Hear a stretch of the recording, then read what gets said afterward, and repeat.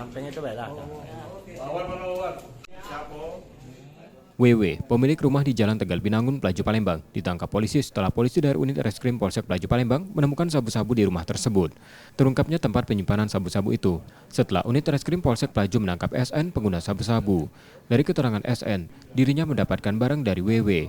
Saat pengembangan penangkapan di rumah WW, polisi menemukan 13 kg sabu-sabu di rumah tersangka.